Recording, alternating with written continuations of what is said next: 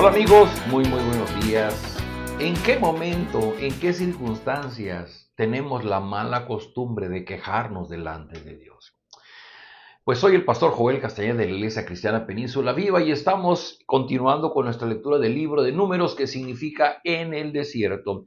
Y en este caminar por el desierto llegamos al capítulo 11, una interesante experiencia del pueblo israelita en la cual se queja delante de Dios. Leo para ustedes en el versículo 1 y dice: un día el pueblo se quejó de sus penalidades que estaba sufriendo. Al oírlos el Señor ardió en ira y su fuego consumió los alrededores del campamento. Un día el pueblo se quejó de sus penalidades que estaba sufriendo. Al oírlos el Señor ardió en ira y su fuego consumió los alrededores del campamento. Entonces el pueblo clamó a Moisés y éste oró al Señor por ellos y el fuego se apagó. Por eso aquel lugar llegó a ser conocido como Taberá, pues el fuego del Señor ardió entre ellos. Al populacho que iba con ellos le vino un apetito voraz, y también los israelitas volvieron a llorar y dijeron: ¿quién nos diera carne? Como echamos de menos el pescado que comíamos gratis en Egipto, también comíamos pepinos, melones, puerros, cebollas y ajos. Pero ahora tenemos reseca la garganta y no vemos nada que no sea este maná. A propósito, el maná se parecía a la semilla de cilantro y brillaba como la resina. El pueblo salía a recogerlo y lo molía entre dos piedras, o bien lo machacaba en morteros y lo cocía en una olla, o hacía pan con él. Sabía a pan amasado con aceite. Por la noche, cuando el rocío caía sobre el campamento, también caía el maná. ¿Cuál es el centro de este pasaje? El centro de este pasaje es la queja del pueblo israelita delante de Dios. Dice el pasaje al principio: un día el pueblo se quejó de sus penalidades que estaba sufriendo. Hemos comentado que debemos tener la perspectiva del libro de Números. En un extremo está la opresión y la esclavitud que ellos vivieron en Egipto, y en el otro extremo está la tierra prometida, que significa libertad, que significa abundancia. Pero era necesario que el pueblo pasara por el desierto, ¿no? Pasar estas penalidades, y dice el primer versículo que el pueblo se quejó de sus penalidades que estaba sufriendo. Pareciera que a las personas no nos gustan los procesos, no nos gustan los pases por el desierto, nos gusta lo instantáneo, nos gusta lo que es de la noche a la mañana, lo que surge de manera milagrosa, nos encantan los milagros, pero no nos gustan las penalidades. El desierto, si pudiéramos encontrar una definición, desierto sería igual a penalidades. ¿Por qué? Porque lo dijimos ayer, porque el desierto en el día es el calor, en la noche es el frío, pasamos por las tormentas de arena, porque vivimos el acecho de las bestias salvajes, porque en el desierto no hay suficiente agua, no hay suficiente comida. Y entonces el tiempo del desierto es un tiempo de penalidades.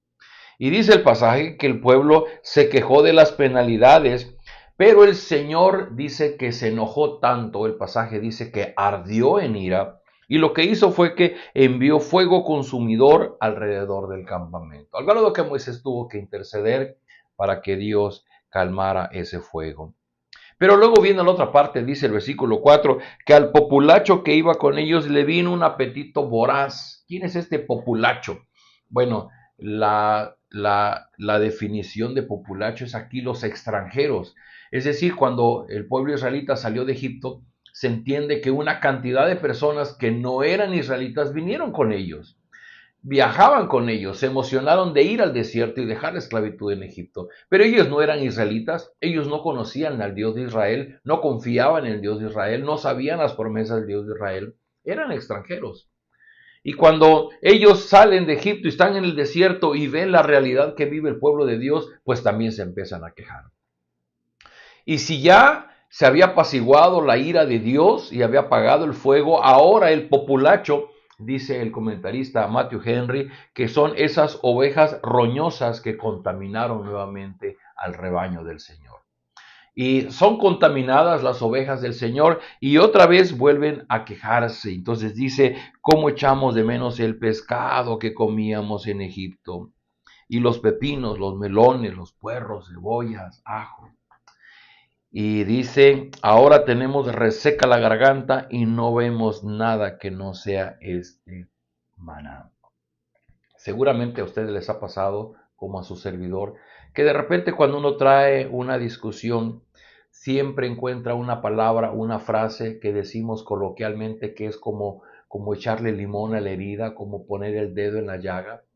Y eso es lo que fue, lo que sucedió con el pueblo israelita con esta frase. Y no vemos nada que no sea maná. ¿Qué significaba el maná? El maná significaba la provisión de Dios para su pueblo en medio del desierto. La presencia de Dios estaba dada porque ellos no tenían que hacer nada más que cada día recoger su comida, que era el maná que Dios les enviaba del cielo. Pero pues el populacho influyó sobre el pueblo de Israel para menospreciar el maná. Qué grave es este asunto, es echarle limón a la herida, menospreciar lo que Dios les estaba dando como alimento y extrañar lo que ellos comían en Egipto. Claro, en este momento no se acordaron de la opresión, de los latigazos, de los castigos, de las largas jornadas que los egipcios les hacían vivir en Egipto. No, no se acordaron de eso, se acordaron únicamente de aquello que podía satisfacer su hambre. Queridos amigos, la más grande lección que podemos tener esta mañana es que cuando nosotros dejamos de mirar en la misma perspectiva de Dios, de dónde nos ha traído y hacia dónde nos está llevando, y entender que en este caminar, en este desierto, vamos a sufrir penalidades, pero que en esas penalidades Dios siempre se va a hacer presente. Ayer lo decíamos a través de la nube, a través del arca del pacto, ahora lo vemos en la provisión del maná. Dios está presente en medio de su pueblo. Pero hay un objetivo, hay un propósito muy definido por el cual el pueblo tiene que pasar por este proceso en el desierto. Y cuando las personas no entendemos ese propósito, muy pronto nos desesperamos y reclamamos a Dios y nos quejamos con Él. Al grado de que llega a suceder en aquellas personas que llegan al Evangelio y son llamadas por Jesús y entregan su vida a Jesús, que muy pronto empiezan a pasar algunas penalidades por efecto de su fe en Jesucristo. El rechazo de su familia, el rechazo en el ambiente de trabajo, o llegan a pasar penalidades que no tienen nada que ver con su fe, pero que decimos, es que antes me iba mejor y ahora que soy hijo de Dios, ahora me va mal. Yo antes estaba mejor. Todo es porque nosotros no alcanzamos a mirar nuestra propia vida en la perspectiva de Dios. Queridos amigos, Dios está presente en medio de su pueblo. Dios está proveyendo maná. Dios está dándole sombra a su pueblo con esa nube en el día y ese fuego de noche que les da calor. El arca del pacto que simboliza la presencia de Dios, ahí va delante del pueblo marchando con ellos. Pero nosotros dejamos de ver lo que Dios hace por nosotros y solamente vemos lo que son nuestras penalidades y entonces nos quejamos. Pero por favor, tome usted en cuenta esto. Quejarse delante de Dios significa dejar de confiar en su soberanía y en su provisión a nuestra vida. Cuando nos quejamos, estamos dejando de confiar en el gran amor que Dios nos tiene y en la promesa que Él nos ha dado de estar siempre con nosotros y de ocuparse, sí o sí, de llevarnos hasta el final de nuestra vida en la tierra prometida.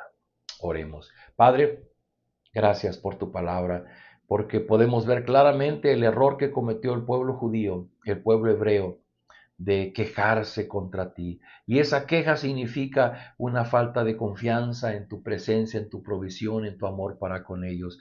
Oh Padre, perdónanos cuando nosotros hemos caído también en esa desconfianza. Hemos estado molestos, hemos estado enojados porque las cosas no salen como nosotros queremos, porque hemos estado indignados porque tú no nos contestas conforme a nuestras peticiones y que queremos que tú actúes de manera rápida, pronta, milagrosa en nuestra vida. Ayúdanos a mirar en la misma perspectiva, ayúdanos a mirar cómo tú estás presente con nosotros todos los días, proveyendo el maná, proveyendo tu presencia, ayudándonos a confiar para que podamos juntos avanzar hasta el cumplimiento de tu voluntad en nuestra vida. Derrama de tu gracia en aquellas personas que están en el hospital, aquellas personas que están con sus familiares, aquellas personas que están pasando por tiempos de crisis, que no ven el final de su problema, pero que tú estás obrando, aunque no lo veamos, todos los días proveyendo lo necesario para nuestras necesidades. Rogamos de tu gracia, rogamos de tu bendición, que tu Espíritu nos sustente todos los días. En el nombre de Jesús oramos. Amén. Amigos, nos vemos el día de mañana.